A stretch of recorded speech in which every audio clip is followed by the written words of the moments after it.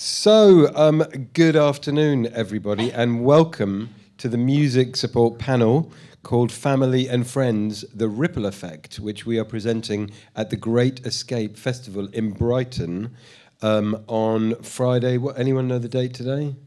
Friday the 17th of April. And I just wanted to say May. Sorry, good start. I wanted to say a massive thank you to everybody who's come out here today to see us in person, and also welcome to anybody who is joining us on video, because this event is being recorded and will be available online through all the relevant channels. So thank you, everyone. My name is Matt Thomas, and I am one of the co-founders and also, for my sins, the Chair of Trustees of Music Support. And shortly I will be introducing the rest of our amazing panel who very kindly come to join us today. I wanted to tell you a little bit about Music Support. Music Support is a charity that was formed in 2016, so that's literally 8 years ago, by myself and a couple of other like-minded people in the music industry who are in recovery from various conditions such as addiction and accompanying mental health issues. And I'm really pleased to say that Francie, one of my co-founders from all those years ago, is sitting right over there in black. So please give Francie lots of love and acknowledgement, because it was a big labour of love and took a lot out of us. And it's quite amazing that we're still talking, actually, after all this time. Music Support is a charity that helps peers in the music industry affected by mental health or addiction issues. And I'm really pleased to say that thank you to our co-hosts today, the Christopher Meredith Foundation. Music Support now also helps the family and friends of people affected by mental health issues and addiction in the music industry. Which is a massive, massive step forward. And Music Support offers a number of services, including a helpline, which is the first point of contact. And from the helpline, we can provide assessments for people who are struggling. We can provide therapy, psychotherapy. Again, thanks to the Christopher Meredith Foundation, we now have a bursary fund to help people for residential addiction treatment if it's necessary. We also offer training. We have mental health first aid training and a recovery and addiction and recovery awareness training course to help people learn a little bit more about what addiction is and how to get help for it, and also, really importantly, to destigmatize the condition of addiction. We offer safe hubs at a number of festivals around the country where people, staff, backstage at the festivals, staff and artists can go and get a friendly ear, and sometimes, depending on the event, a psychotherapist to talk to. And that's also a really good point of contact for our other services. And then what we're here today to talk about in particular is the Friends and Family Service, which, as I previously alluded to, thanks to the Christopher Meredith Foundation, we're now able to help the friends and family, also known as the affected others, of people suffering from addiction, which is really, really massive, and it's a huge step forward. My name's Matt, as I've said, and I came to co-found Music Support because I myself suffered very badly from addiction and associated mental health issues for a long time in the music industry, and it was really difficult for me to get into recovery. But get into recovery I did, and now I'm more than happy to share my story and help other people get into recovery. And so if anyone's listening or watching and you're struggling, please reach out for help. I'm sure our helpline number will be somewhere on this video, very handy to look at. So without further ado, I would like to introduce you to the rest of the panel. And I think probably the best way to do it is, let's start with Eoghan in the far corner over there. Eoghan, would you like to introduce yourself just briefly? Tell us what you do for Music Support and tell us a little bit about your own journey. Yeah, so I started in Music Support nearly a year ago, and it's my job to look after the friends and family. For a long time, Music Support were getting beneficiaries calling up for a loved one that they were worried about, and what we had noticed is they also need support. So you often see that because you are because you care for that person and that they're going through those challenges, your own experience is secondary to that. So we found that it's really important to put in place support for them.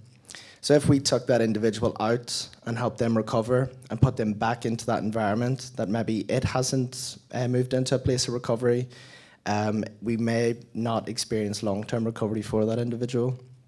So it's a part of my job to look after family, friends, anyone, so bandmates, managers, anyone who is trying to support someone with that. And a little bit about me, I've worked as an artist and producer for the last 10 years. Recently qualified as a therapist. Congratulations. Thank you so much. Thank you. Hold for applause.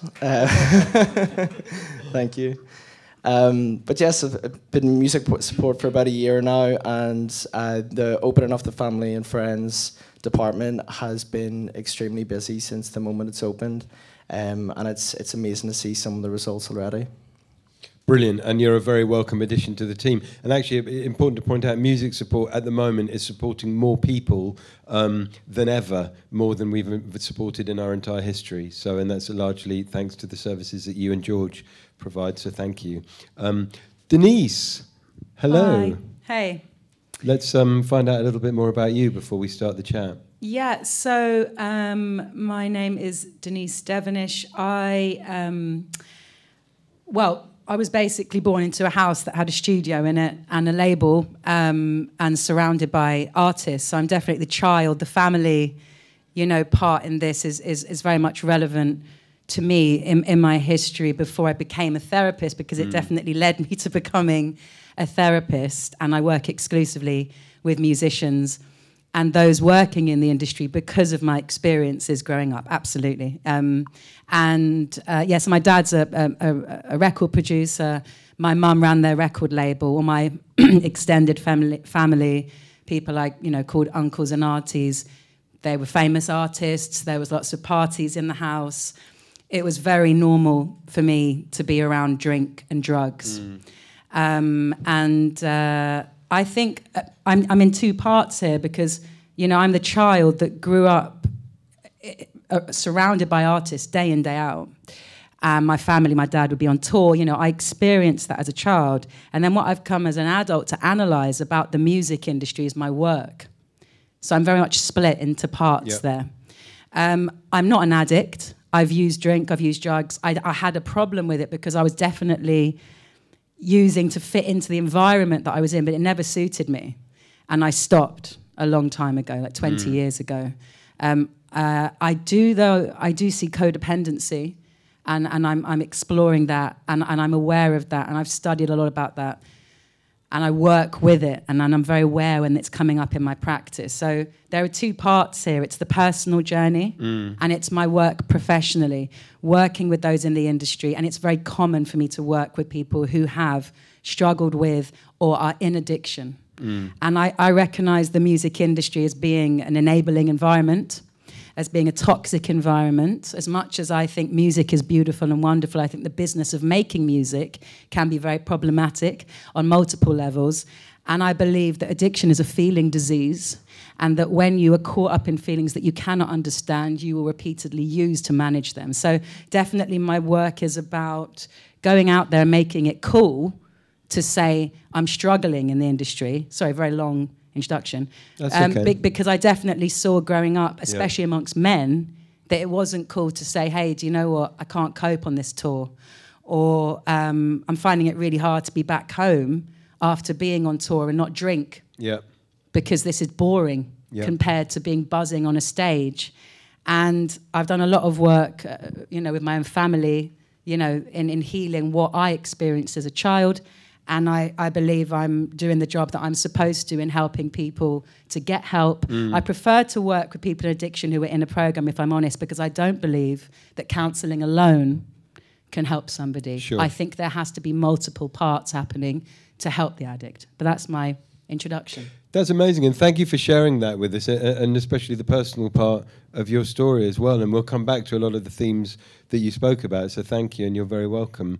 And last but not least, Tom Pitts, who you're very, very particularly welcome today because, as we were just chatting about before, you are actually a beneficiary of music support, and you've come here to tell us a bit about what your experience was like. Yeah. So, excuse me.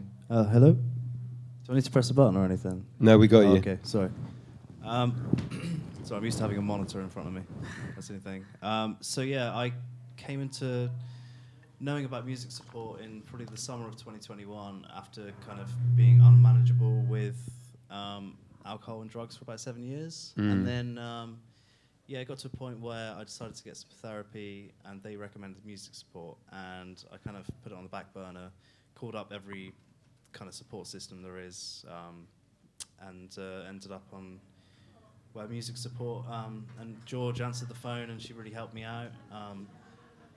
Even like got me into the hospital when I was having ideations, and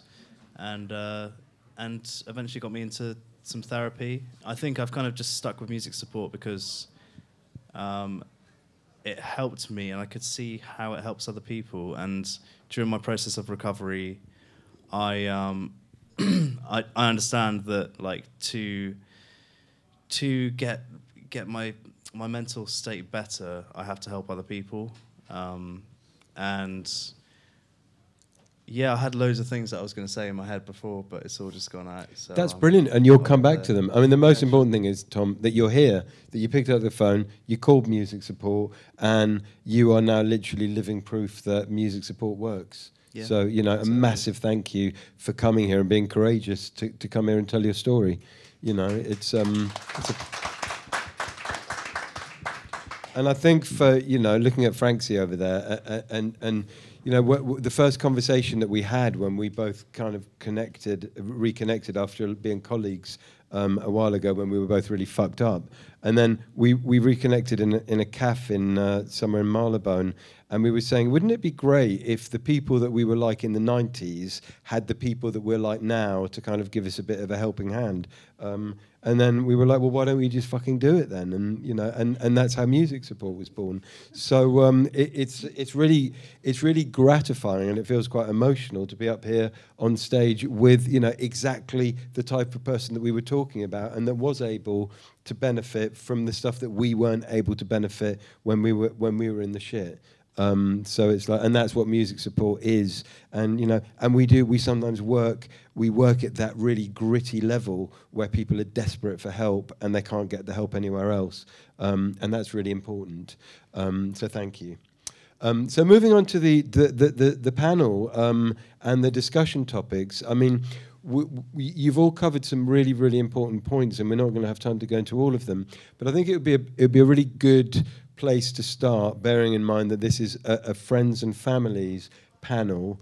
And you know, let's start with each of us maybe telling a little bit of a story about how we've been affected as a family member or a friend by someone else's addiction, or, you know, in this case we could call it dysfunction or unmanageability, or mental health issues, and you know, or how we believe that we have impacted members of our family through our own addiction or dysfunction or mental health issues. So, you know, I'm happy to kick it off if you like. And it's a subject that I find quite difficult to talk about. You know, I was a member of the music industry in the 90s and noughties, and at the same time I had a young family. And as I was drawn more and more into addiction, and as you said, Denise, the music industry can be a very enabling environment. There's often a lot of camouflage. There's often a lot of kind of encouragement of that kind of behaviour, and I always made sure that there was someone worse than me around so that I could kind of deflect. And my addiction grew and grew and grew, and the people who suffered the most at the time was my young family, you know, my wife at the time and my children. And it's something that I've now come to terms with, and I'm really pleased to say that all my children are in my life in a really, really positive way. And you know, and I'm a granddad now, and I get asked to babysit for my granddaughter. So it's kind of like things have really changed. But there was a long time when they were very badly affected, and you know, I still wake up at night thinking, God, I wish I'd done things differently. But obviously, we can't go back and change things. But you know, so that's how I see that my addiction affected other people. But likewise, you know, the ripple effects aren't just negative. And so when I came into recovery, a lot of healing was brought into my family as well. And, you know, I'm pleased to say that now there's more than one person in recovery in my family. I'm remarried to someone in recovery. And, you know, so the ripple effects do go both ways. That's a good news. So that's kind of, that's my story. So again, maybe we'll start at this end. And Tom, you want to share some experience around that? Yeah, so I'll probably start with kind of, yeah, so like my family is kind of alcoholic, like on my mum's side, and it passed down as a coping mechanism. I mean, I started off on sugar, and then it kind of turned into alcohol because that was totally working for my mum and her dad, but it wasn't at the same time. But and then yeah, so throughout life, having that and kind of getting to the point of unmanageability to where I had to stop. Otherwise, it was just completely stopping me. And yeah, like just getting to the point where I had to change, just complete surrender, just, you know, white flag up and everything. And then that was having massive effect on all the people around me, lots of friends. Just didn't want anything to do with me anymore, which is kind of it's a part of addiction really, and it's just a part of where you get to. And I mean, like, I've been clean and sober for like 2.5 years. Well done. I'd say like I'm a recovered alcoholic, but a recovering addict, because addiction pops up in loads of other things. Mm-hmm. It's always kind of whack-a-mole. It's one thing next to the other, but it's getting easier. But through my process of recovering and the change it's had on me, being able to be present for others and for other people to see the change in me that has occurred, has interested people into kind of helping themselves and also helping other people that they know and getting advice. And it's always good. I mean, I did the mental health first aid course through music support recently, and that's enabled me to figure out how to point people in the right direction for help. Because sometimes it's really hard, and you can't be like, you need to do this. You need to be more like, just open for people. It's kind of, I was saying earlier, it's about attraction, not promotion, which is what they say in a lot of 12-step programs. Mm-hmm. But it's really helpful just to be there and open and ready. And I think that is the main thing of the kind of family and friends thing, is to be ready for when they say, I need help, I need to change, and then you can be like, go there, which is kind of what happens in Al-Anon. It's like the kind of the affected version of Alcoholics Anonymous. If you've seen the TV show The Bear, like they kind of have it on that, the thing they call it on that, where he goes to the meeting, and that is from the effect of addiction as well.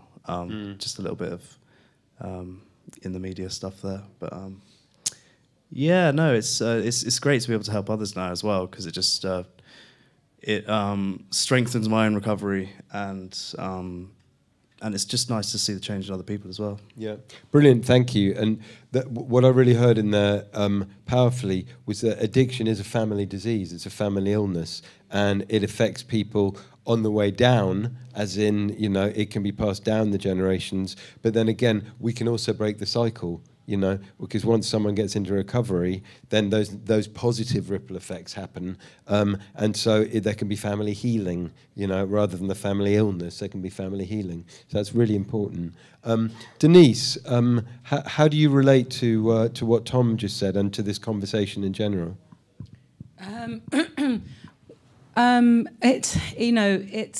It's a big topic for me, and I think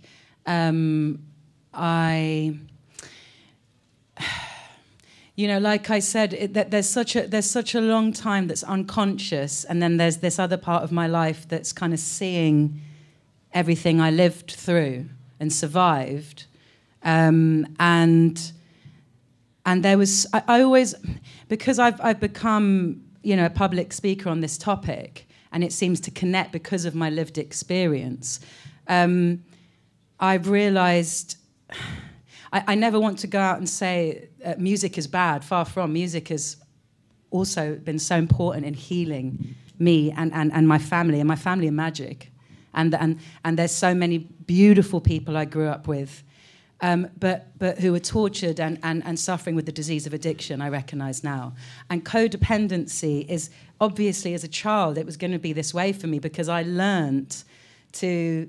I was enmeshed. I mean, it was built in, I think, as a little girl, to go along with what was going on around me and to be close with people. You had to, play some kind of game, which was to reject my own feelings and put other people's first, then resent them. So for the sake of people who might not know, can you Yes. just give us a quick 30-second elevator pitch for what codependency is? I don't think that's easy at all. I mean... and again, because I'm codependent, it's hard. And people have asked me this, and I've been uncovering that definition my whole life. Okay. So reduce it to, and I'm uncovering it still. Yeah.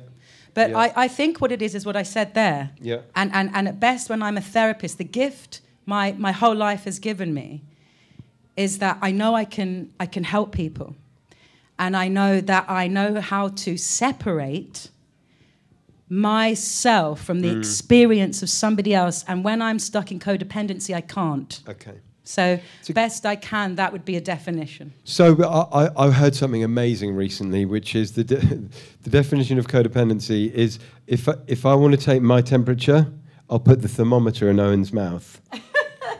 Sorry. Yeah, I think that sums it up. That's quite a good one. And you want to get the thermometer out, and you want to claim back your feelings and your experience. And if you've been a child and everybody else's experiences has been so imposed on you, it's really beautiful to have it back. Yep. And then it's really beautiful to forgive those who took that from you. Yeah. I'm not religious, but it's a higher power. And I know that's often referred to in fellowship, or God. And I think, therefore, where the dark is, there is light. And I think when we've suffered and we heal, we have an access to life and to living in a way that perhaps those who haven't suffered so darkly, not that we all have to go through hell to come to a point in heaven on earth, if I'm going to refer them to very religious, religious speak. But I do believe, I feel... I've always felt an access to magic because I've been surrounded by incredible creatives. And I always felt instinctively I wanted to protect them because of the magic they held. And now I understand I can't rescue anybody, but I can be there to say, hey, there's a different way of doing this, and go and reach out to these amazing charities. And therapy can be brilliant, and it's cool. And it's glamorous, and it's great to get well. It's not glamorous to fuck yourself up. And it doesn't mean if you are suffering, you will create better. It's just built in. We've glorified. We've watched so many great artists ill in front of us. It has sold records. Let's be honest. And and the people that need to stand up and put their hands up, they haven't done, and they're kind of just there. And they're all enmeshed. They're all stuck in this disease in some way or another. The ripple effect is present in the industry, in the family of the industry, the family that is the music industry. Then the family who is supporting greats and saying, I love you even though this is really hard. I love you even though you missed your kid's birthday, even though you were pissed when it was our wedding anniversary. It requires a lot of grace and a lot of forgiveness and constant spiritual work, which also has so much beauty in it. If you can sit with both or all parts, it's messy. And I love your passion, and I love the way that you brought the spiritual element of recovery into this. And and I've often heard it, the expression said that people in recovery, it's the most expensive club to join. It's like it's free, but we've actually paid the greatest entry price. And then we can wear that pain we can wear it on our sleeves and then use it to help other people. And there's nothing more spiritual than that. So thank you for sharing that.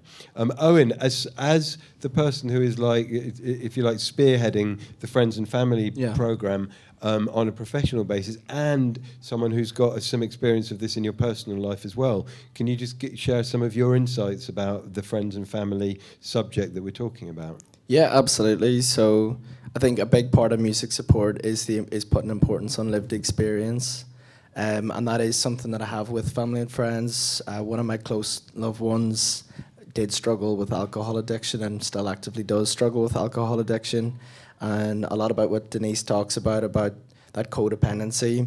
The way I would describe it is it tends to be like two half people making a whole person, rather than what healthy dependency is two wholes coming together. I like the image of using like a Venn diagram, you know, where we overlap, but we are not one. Yeah. And I found that had a ripple effect on all of my relationships in my life, and probably was one of the reasons I got into therapy as well. So I feel like my loved one was one of the first clients I had. I had a discomfort for their pain. And that idea is codependency to one of the elements of codependency. Your pain makes me feel uncomfortable. Let me take that away. But what happens in doing that is you rob them of the opportunity to ever learn to tolerate pain. You rob them of the opportunity to learn how important pain can be. You know, one of my favorite quotes is, "Meaningful change happens when the pain of staying the same outweighs the pain of change." So it's the importance of allowing them to tolerate it. But that was a big hurdle for me. And now training in therapy and learning, one of the best gifts you can give someone is to create a safe space for them to welcome in those difficult feelings, and to not stand in their shoes, but to stand beside them and say, it's okay, keep going. And I find that is something that we would get a lot on the helpline, where it's they are feeling distress, whether that person is using or they're not using, and it's kind of, they don't know where to go. They can feel powerless. They may keep it secret because they're maybe ashamed of themselves for the role they play. They can feel like they're walking on eggshells. It has a major impact on the family. And I think outright, it's always important to know, whenever you call it a family addiction, that it's not me versus you. It's me and you versus this addiction. It's a separate entity, and it's impacting us both in separate ways. But growing up as a child around loved ones with these issues, it does create a major impact. And that idea of the ripple effect, it ripples into your relationships, whether it be work relationships, your relationship with yourself, friendships, everything. So it does affect everything in your life. And it does go to show the importance of reaching out and getting help. And a lot of the time, that can be really challenging whenever we're in a position of, this person is suffering, I want to take their pain away. We don't, just like you use that analogy of the temperature, all of our focus is on them, and we tend to neglect ourselves. So we live in the shadow of their pain. Yeah. And I think, I mean, that's really beautifully put, and certainly makes me feel a little bit uncomfortable, as you know, as I said, you know, as an addicted parent, being me, with young children at the time. But you know, I think the really good news is that there is healing to be had from that for everybody, for you know, for the family members, and even for the children as adults. And we were talking earlier about a fellowship called a 12-step fellowship called ACOA, Adult Children of Alcoholics, that's actually now just changed its name to Adult Children of Alcoholics and Dysfunctional Families, which provides amazing support as well.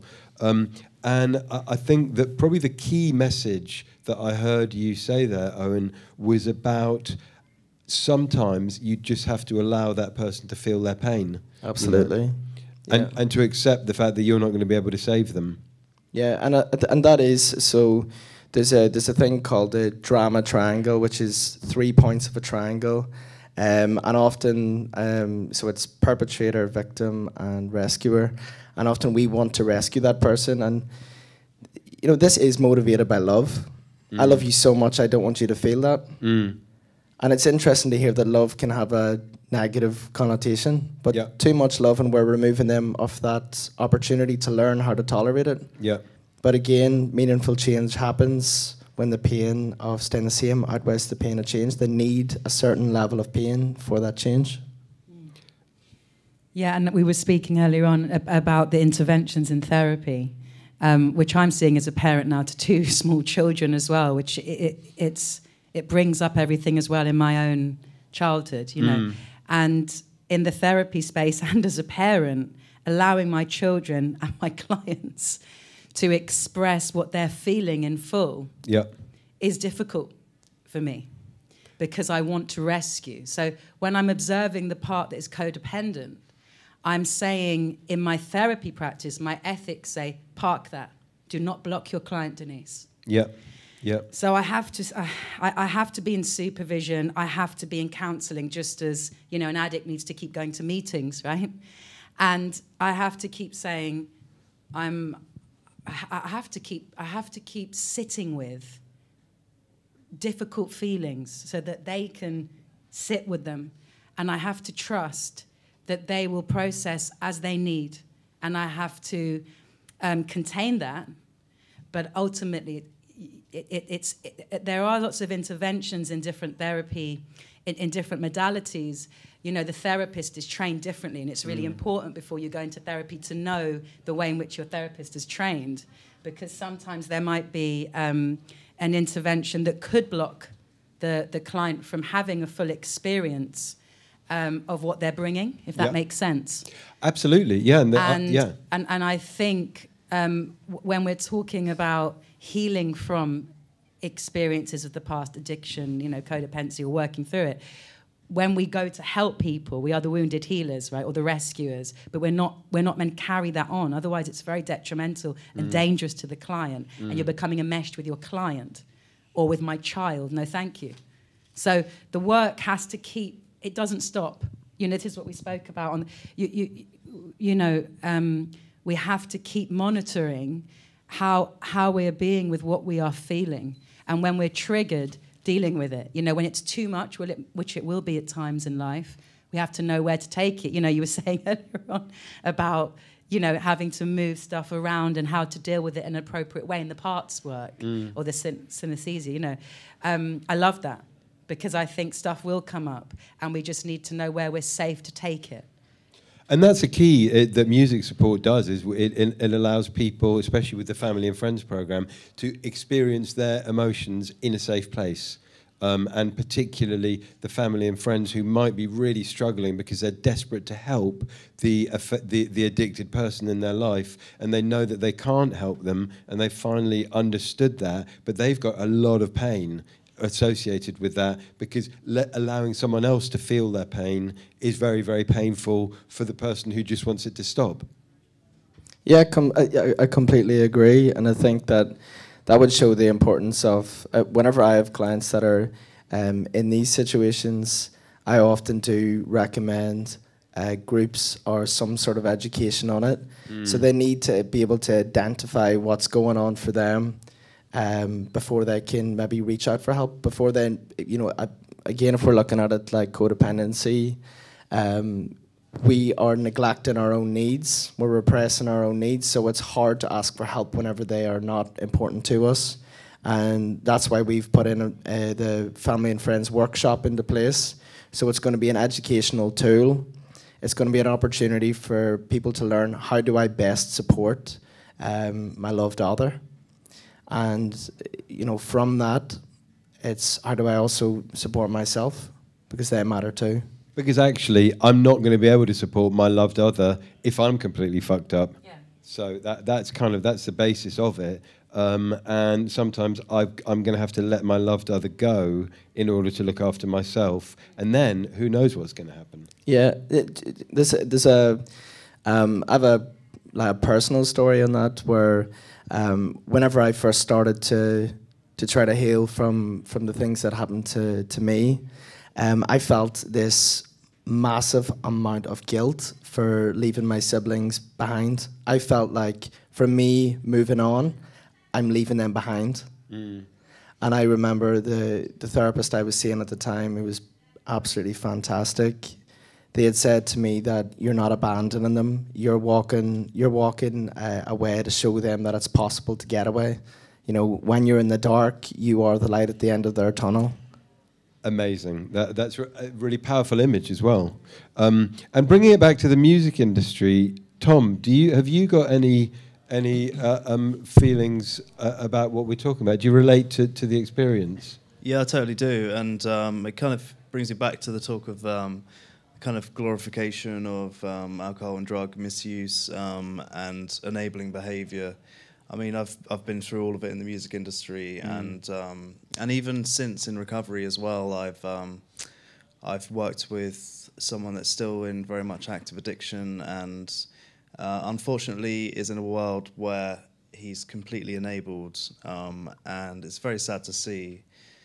But like at the same time, I know that his manager is like really just wanting the best for him, and in that situation, I think this service would be perfect for someone like him to be like, I don't know what to do, because it's driving him just like to no ends, and I think like you said, Denise, about like it should be like glorified to make this look better, because I mean, like, since coming into recovery, like music, at the start I was just like, do I really want to be playing music anymore? Because like, what was I doing it for? Was I doing it for the drugs? Was I doing it for the, like, you know, the fame, the attention, the validation? And it's taken me a while to be like, no, actually music is like really good and really healthy. It can be. And it's just kind of promoting the image that people can have like a healthy approach to music instead of just kind of wasting away, because that's where I got to. I was like, I was just completely wasting away, and I moved away from music as well. I became a postman because it was easier to consume doing that, and I couldn't play drums when I'm wasted. I could post a letter, but yeah. And I bet you can now again. Yeah. And that's the thing, I think, and it's a really important message to put across, is actually recovery is a lot more rock and roll than sex, drugs and rock and roll ever was, you know. And in recovery, you remember it. You remember the good stuff. And I can safely say that I've had more fun in the last 18 years of being in recovery than I ever did when I thought I was having fun, actually just being a captive to my addiction, you know. But I'd like to come back to something that you said about enabling, because I think enabling's got quite a lot of mystique around it as a word, and quite a lot of stigma around it, and I think there's two types of enabling, isn't there? There's the professional enabling that I think you were referring to, and the idea that the music industry is quite an enabling environment because it's a nighttime industry, and it's been associated with alcohol and drugs and all sorts of other behaviours. But there's also enabling in a family context, which is the enabling that you were talking about, Eoghan. So I think it's probably quite important to make that distinction about, and you know, in the context of family and friends, enabling can often be a sign of love. That then sometimes goes a bit too far and ends up not being very helpful. And I thought, you know, maybe you and Denise wanted to talk a bit about that side of enabling and how people who are in an enabling environment might be able to maybe do something about their behaviour towards the addicted person. You go first, Eoghan. Yeah. So I guess it's just really important to know that it's motivated by love. Yep. And there's nothing wrong with that. There's nothing wrong with you inherently for doing that. Because enabling's become quite a dirty word in a lot of places, hasn't it? Absolutely. And it's, I'm enabling this person, this is my fault. This is not your fault. This is old patterns that you have learned. And at the end of the day, it is motivated by love. I love you so much. I just do not want you to feel pain. And in a way, by maybe turning a blind eye to it, or feeling too ashamed to say anything, by keeping it secret, any behaviours like that, that is not sometimes a calm and conscious decision. It is much deeper rooted. The pain it would cause me as an individual to watch you is harrowing. It's gut wrenching. So that would be challenging to put myself through, and I believe that that's where the enabling comes from. So it comes from a place of love and a place of wanting to help. And Denise, you were talking about very much in your childhood that that's what you wanted to do. You wanted to help other people to feel better at the expense of yourself. Yeah, I mean, and also, without going too much into that, I'm very much thinking about management and about how people say, you know, around big stars that they've been enabled by the crew around them, or management, or label, and everything. And I think that's really heavy on them too, because I've seen quite a few times people becoming really stuck around, you know, artists who are lost in addiction and they don't know what to do, and they do really care about them. But they're not qualified. They're not trained. So I think what's so important about music support, and I love that when music support brought in meetings at festivals, because I know that sometimes when you're trying to come off and you're not you're trying to avoid the places where you use, bands kind of mess up or they go backwards and use again when they're on gigs. So it's brilliant that, you know, that's where I first heard about music support, that you could attend a meeting, you know, that music support sorted out for artists when they were gigging, right? Anyway, around management, I think that we just need to instill in the industry that there is an issue. The research showed there's over 80% of musicians struggling with anxiety and depression. Mm-hmm. There's lots of addiction. There's lots of neurodivergence. Musicians are struggling.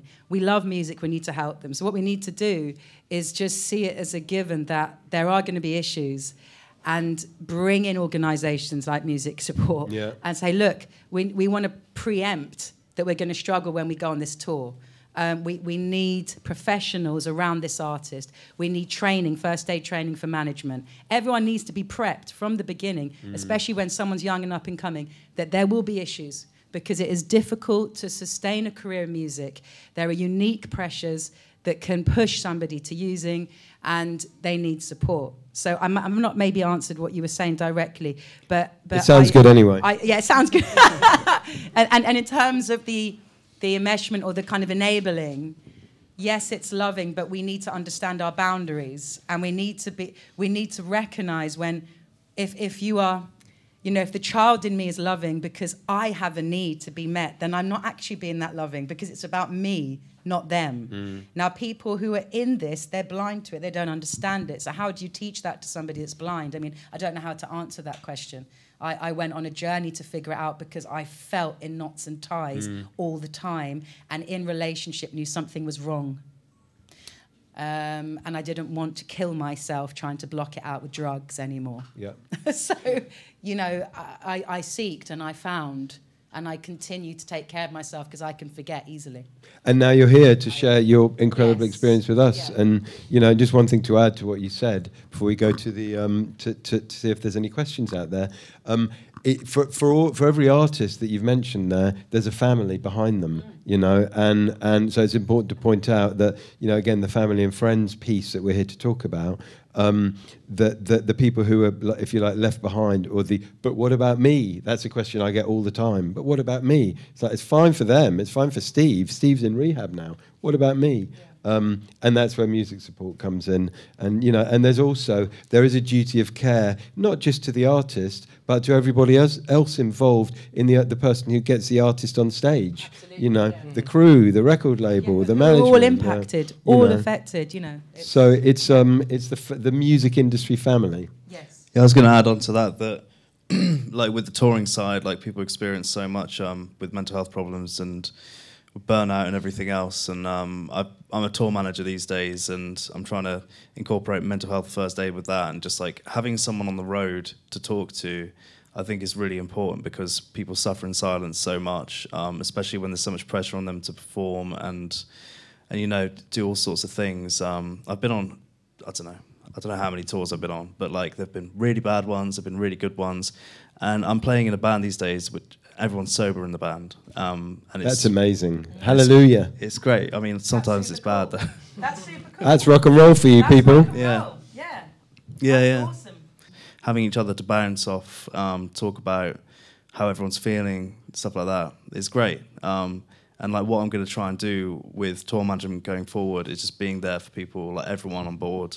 And even just saying like, I'm a mental health first aider, just like, you know, it'll give people a sense of peace of mind that there is someone to talk to, because normally there's no one. And that is an example of the ripple effects of recovery right there. It's just amazing. It's like absolutely. 2.5 years ago you were desperate and you picked up the phone to music support, and now you're spreading this literally across the world. Yeah, so like couldn't be a better example. Thank you very much.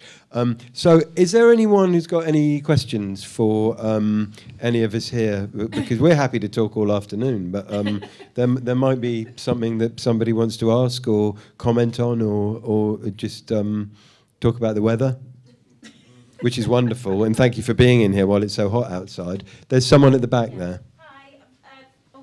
That's better. Hello. My question is, what advice would you give to an event like this, where there's been lots of meetings, there's been lots of free alcohol? That's my question. Lovely question. And I was just thinking, I feel like I've returned to the scene of the crime, because I've been to a lot of conferences in this very hotel, absolutely off my head. And so I've kind of experienced it from both sides. I mean, the advice I'd give to the conference organisers is get music support to come along, have a presence, and do a couple of panels. You know, so it's brilliant. It's such progress. It's fantastic. We can always do more. You know, we can have alcohol-free events if we want. You know, we can have sober events. We can have AA meetings. You know, in this very room at 7:30 a.m. While everyone who's been out on the piss the night before is still asleep. You know, there's so many different things that we can do. Get involved in a dialogue.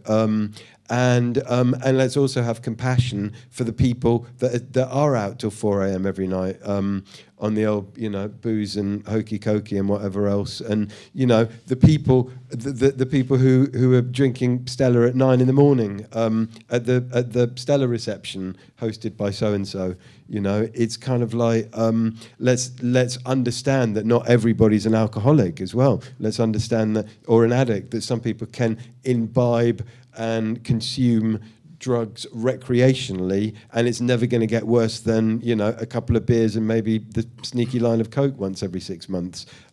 You know, let's forget that we are not the fun police, but we're here to help the people when the wheels come off, and also maybe to put some prevention in the picture so that the wheels don't actually have to come off in the first place.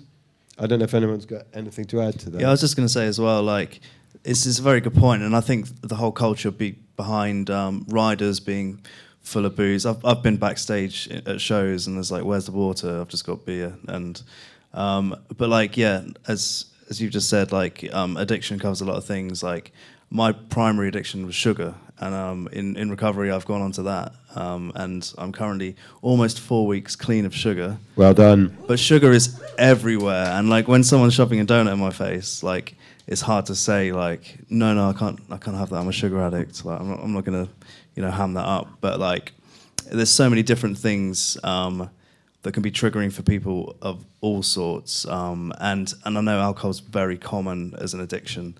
Yeah, I think just like kind of gaining awareness around the fact that there is music support here for people is a good start. It's a good step. Well said. Anyone else got any questions or comments? Jeremy, I see you have you there. Firstly, massive respect to all of you, and thanks for what you're doing. It's really, really brilliant. You mentioned that music support's working with more people than ever. Is that a reflection of the macro trend in the industry where the problem is getting more difficult? I mean, we know that, a lot of people in the room will relate to the fact that the general feeling is the industry is getting harder and harder, and obviously that facilitates more challenges. So is the macro problem getting worse? It's a very good question, and I think, I can't really speak to the macro problem because I don't have the statistics other than ones that we know about. 80% of people have responded in a survey more than a survey actually, some clinical research, suffering from a lot of mental health issues, and we also know that on average, 1 in 5 people are going to suffer from addiction at some stage in their life. So it's like, you can do the numbers. If there's 300,000 people in the music industry or whatever it is these days, that we can be certain that some people, a degree of people that we can put a finite number on, are going to be suffering. But I think really the difference is the awareness of organisations like Music Support and Music Minds Matter, and the willingness of people to come out and tell their story and say, actually, this happened to me, and do you know what, I'm okay, and you can get over it. And the general societal, so if you want to talk about the macro, of more and more people coming out and talking about addiction, talking about recovery, talking about mental health. And, mental health has been, let's just say, a popular topic probably for the last, 10 plus years. Addiction less so. And I remember when we started Music Support, actually Music Support was going to be just an addictions charity, and we couldn't get anyone to look at us. We couldn't get through the door. It was just like, no, addiction? What are you talking about? We're fine. So we then decided to be mental health and addiction, and then it was like all super trendy and everyone wanted to know. And so it's taken a few years for addiction to catch up. But it's like the broadsheets. Mostly now, at least once a week, there's someone telling their story of addiction and recovery. Now it's coming out of the shadows, and more people feel that it's okay to ask for help. Sorry, I know that I just hogged that answer. No, I love that, and I want to add to that as well and say that another reason we're seeing a huge rise in numbers is the opening of the Family and Friends service. And there isn't a huge amount of services out there that offer support for them. And we have seen a massive demand come in almost immediately. The first 3 months, caseloads were at capacity.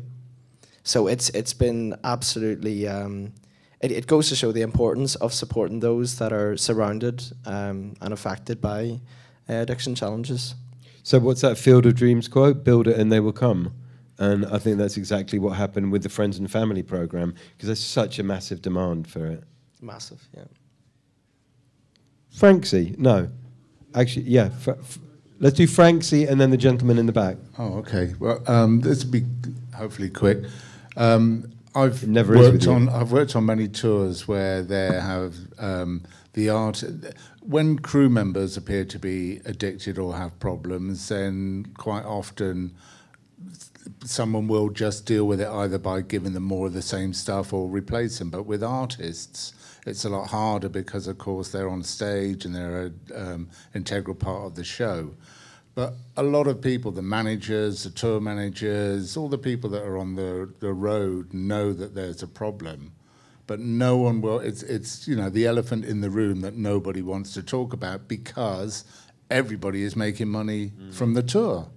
So at what point, and then when we had the pandemic, that was all people talked about was mental health and how every tour going out will now have rest days and people will have spare tour managers and production managers and all these spare people that will make our lives better. But it never happened. So at what point, or who is the person that stands up and says, this has to stop, and these people... this tour has to stop, or we have to. Who is that person? I've been that person actually. 4 words: cancel the fucking show because people are going to die. That's the answer, and people have to stand up and say that. And yes, there are going to be financial ramifications, but lives are at stake, you know. But we've seen time and time again the show doesn't get cancelled, and then we've seen artists die, and this is addiction and mental health is life and death. But you know, we've also seen more and more now shows are being cancelled, tours are being cancelled, and I won't name check anyone.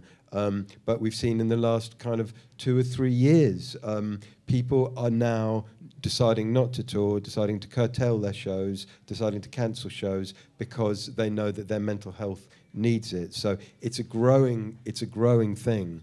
And I think, Denise, I think you've probably got something to say about that. Yeah, I mean, you know, unfortunately, the majors are still... they're not chucking enough money. I mean, I went in, I said, look, let's put in a counselling service. Let's just agree that the artists are going to struggle. Pay for a counselling service. No, we'll pay for a day on resilience training. So rather than bring in a counselling service, let's teach the artists to become more resilient. For fuck's... You know, that's mad. That's like, okay, we're going to put some more pressure on them to tolerate more touring, to tolerate more shows, rather than accept. I said, no, accept that they're struggling. If you want to prevent a crisis, bring in a counselling team. No, I mean, yeah, I don't want to name check either. No, you let's know, definitely moves. not name check. No, thank you. Especially not you. No, there are moves being made, and on the positive side, you know, some brilliant independent labels deal with things very differently to the majors. You know, organisations like Music Support, Help Musicians UK BAPAM, you know, they really have made big moves, and hopefully people like myself and others going out and saying, fucking, let's sort this out, do something. You cannot carry on for money, surely. It's disgusting. You know, too many people have died. And I do think, though, I agree, I echo what you're saying, that there is a change. I also think with addiction, what I think is younger people, it's not so cool to use. No, it's not. So it's more about looking buff, right, and going to the gym. So I think there's also a culture change. I mean, look at Owen. It's like he's a perfect example. Come on. Oh, God. You do look fabulous. But anyway, well yes. said. And I just wanted to round things off. I just wanted to say majors aren't the enemy. You know what I mean? It's like no, I've had some really good dealings with majors, and they've been empathetic and understanding, and sometimes even followed my advice. So I think it's important to say that we're all in this together. Absolutely. You know, majors, I wasn't saying they're the indies, enemy. tinies. Absolutely. But look, guys, I wish we could stay here all afternoon. This has been absolutely amazing and really riveting. And anybody who's watching and wants help, please www.musicsupport.org. We've got a helpline. Anybody here who wants to have a chat afterwards, please do. We'll be hanging around for a minute or an hour or so. And, you know, Owen, Denise and Tom, it's been an absolute pleasure. And finally, a massive thank you to the Christopher Meredith Foundation, once again, who've not only made it possible to have a bursary fund to put people into residential addiction treatment, the Family and Friends programme, but also who've made it possible for us all to be here today at The Great Escape, having a presence for all 3 days and 2 panels, including my friend and colleague Francie will be doing a panel tomorrow on supporting the new generations of people coming up through the industry. So everyone who came here today, everyone who's watched, Lynn, thank you, The Great Escape, organisers, thank you, Festival Republic, Live Nation, all of that, good stuff. Thank you, everybody, and we'll be here next year.